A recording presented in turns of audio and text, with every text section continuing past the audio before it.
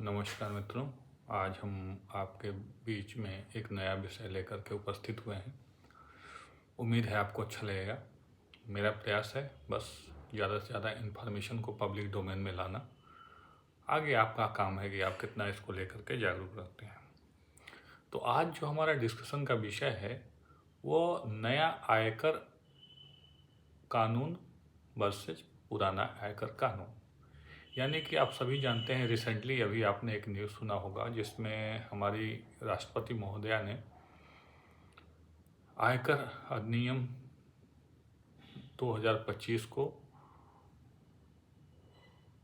स्वीकृति प्रदान कर दी, यानी सिग्नेचर कर दिया। अब यह कानून 1 अप्रैल 2026 से पूरे भारत में लागू हो जाएगा। इससे पहले जो आयकर अधिनियम चल रहा था वो 1961 का था, जो कि काफ़ी जटिल और काफ़ी संशोधनों की वजह से आम आदमी को समझ में नहीं आता था। तो आइए एक एक करके पुराने कानून वर्सेस नए कानून के बीच में अंतर को समझते हैं। तो सबसे पहला और बड़ा अंतर है कि कानून की जटिलता और सरलता। अगर हम बात करें तो पहले जो आयकर अधिनियम था उसमें 98 अध्याय थे और 819 धाराएं थी। बार बार संशोधनों के कारण ये बहुत लंबा हो चुका था और जटिल हो गया था।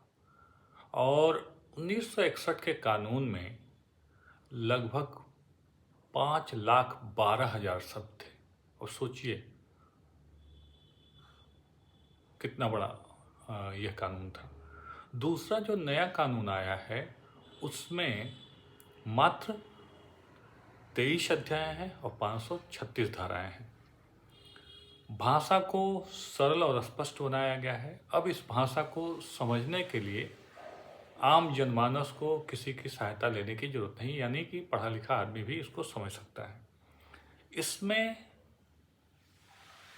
जो शब्द हैं वो पुराने कानून से सीधे आधे हो गए हैं और वो कोई करीब करीब 2.6 लाख शब्द अब इसमें रह गए हैं। तो आपने देखा कि एक तो लंबाई, अध्यायों की संख्या और शब्दों की संख्या को काफ़ी कम कर दिया गया है। अब आते हैं दूसरे विषय पे,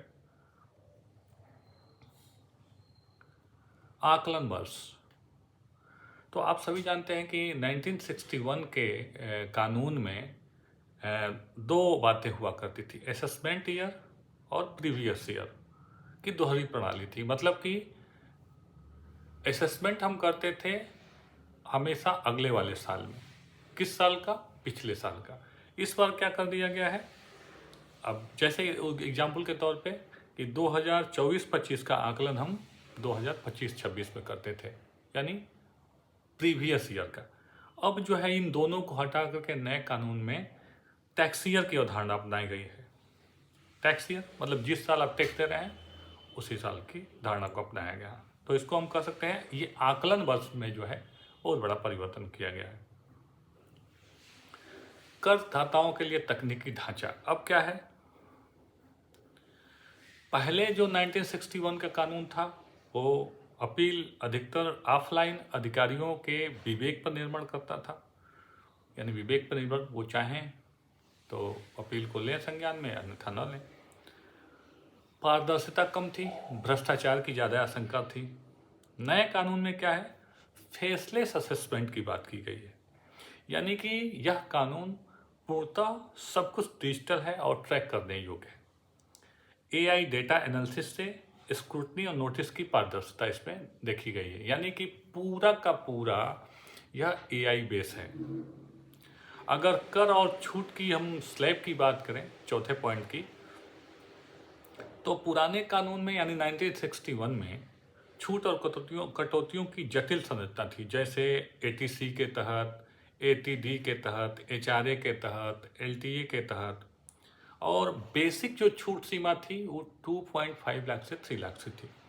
अब अभी क्या किया है सरकार ने नए कानून में जो लागू हुआ है, इसमें 12 लाख तक की आय छूट सीमा बरकरार रखी गई है, यानी नए स्लैब में सरल संरचना बना दिया गया है। कटौतियों की संख्या कम ताकि कंप्लायंस आसान हो। ठीक है। अगर ट्रस्ट दान और पारदर्शिता की बात करें तो पुराने कानून में धार्मिक एवं चैरिटेबल ट्रस्टों को अनाम दान यानी एनोनिमस डोनेशन में ढील थी। टैक्स बचाने के लूपहोल्स मौजूद थे।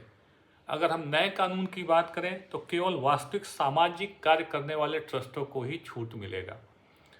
अनाम दान पर यानी एनोनिमस डोनेशन पर कड़ी सीमा और पारदर्शिता सुनिश्चित की गई है।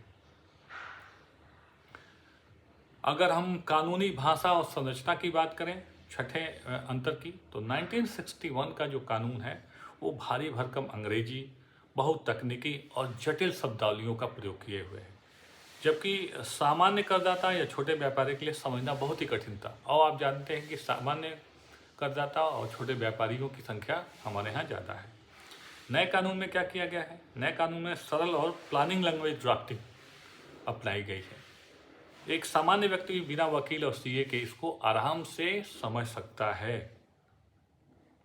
विवाद समाधान डिस्प्यूट रेजोल्यूशन की अगर हम बात करें तो 1961 का जो कानून था, लंबे मुकदमे, अपीलों की जटिल प्रक्रिया, टैक्स कोर्ट में बरसों तक केस अटकते रहते थे। अभी क्या है, जो नया कानून है, यानी नया कानून मतलब 2025 का जो नया, इसको राष्ट्रपति ने स्वीकृति प्रदान की 21 अगस्त को, और पुराना जो 1961 है, विवाद निपटान के लिए मध्यस्थता, मेडिटेशन और फेसलेस अपील की व्यवस्था है। समय और लागत की बचत होगी इससे। डिजिटल और एआई का उपयोग, अगर 8वां अंतर देखें तो मुख्य रूप से मैनुअल प्रोसेस था उसमें, किसमें? 1961 में। ई फाइलिंग बाद में जोड़ी गई, लेकिन आधारभूत कानून डिजिटल फ्रेंडली नहीं था। यानी जो बेसिक कानून था वो डिजिटल फ्रेंडली नहीं था, क्योंकि 1961 में हम इसकी परिकल्पना भी नहीं कर सकते थे। और नया कानून का क्या है? कानून की मूल संरचना ही डिजिटल फर्स्ट पे है। एआई डेटा एनालिसिस आधारित चयन, स्क्रूटनी और नोटिस की स्वचालित ट्रैकिंग, यानी कि अब एआई एनालिसिस कर लेगा कि आपका टैक्स का कितना वैल्यू बनेगा और वो आपको अगर लगेगा तो नोटिस देगा। स्वचालित नोटिस, रिफंड और नोटिस प्रणाली, पुराना जो 1961 का था उसमें रिफंड के लिए लंबा इंतजार करना पड़ता था, कभी कभी बरसों तक अटक जाता था। कर अधिकारी सीधे नोटिस जारी कर सकते थे। नए में क्या है, रिफंड प्रोसेस तेज हो गई और स्वचालित आईटीआर फाइलिंग के तुरंत बाद प्रक्रिया शुरू हो जाएगी। कर अधिकारियों के लिए नोटिस देने से पहले कारण रिकॉर्ड करना अनिवार्य। पहले क्या था, नोटिस दे देते थे, बाद में हमें जवाब देना था। अब पहले कारण बताओ, after then you can send the notice to customer. अंतर्राष्ट्रीय मानकों से संबंध या सामंजस्य, तो पुराना जो था घरेलू जरूरतों पर केंद्रित था, OECD और G20 मानकों के अनुरूप नहीं था। और ट्रांसफर प्राइसिंग और ग्लोबल रिपोर्टिंग बाद में ऐड किया गया, ध्यान रखिएगा। ट्रांसफर प्राइसिंग और ग्लोबल रिपोर्टिंग बाद में ऐड किया गया। नए कानून में क्या है, शुरुआत से ही अंतर्राष्ट्रीय टैक्स मानकों के अनुरूप है। ग्लोबल मिनिमम टैक्स और मल्टीनेशनल कंपनीज के टैक्सेशन पर स्पष्ट प्रावधान है, पहले इसका लैग था। कुल मिलाकर के अगर हम 10 बड़े अंतर को देखें तो जटिलता बनाम सरलता, यानी पहले का कानून जटिल था, अब ये सरल हो गया। असेसमेंट ईयर और प्रीवियस ईयर अलग होता था, अब क्या है, टैक्स ईयर हो गया है।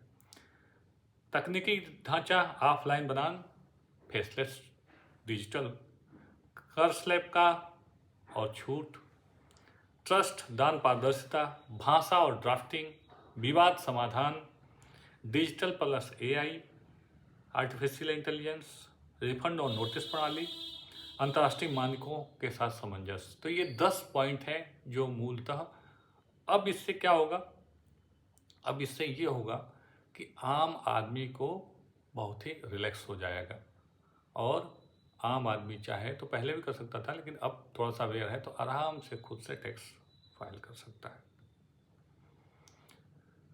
तो ये रहा जानकारी आपको अच्छी लगे तो निश्चित तौर पे शेयर कीजिएगा। आपके मन में कोई प्रश्न हो तो निश्चित तौर पे आप पूछ सकते हैं, क्योंकि ये वन वे इंटरेक्शन नहीं होना चाहिए। जब आप कुछ पूछेंगे, कोई चीज़ ना समझ में आया हो या मेरी कोई कमी हो, आफ्टर देन आई विल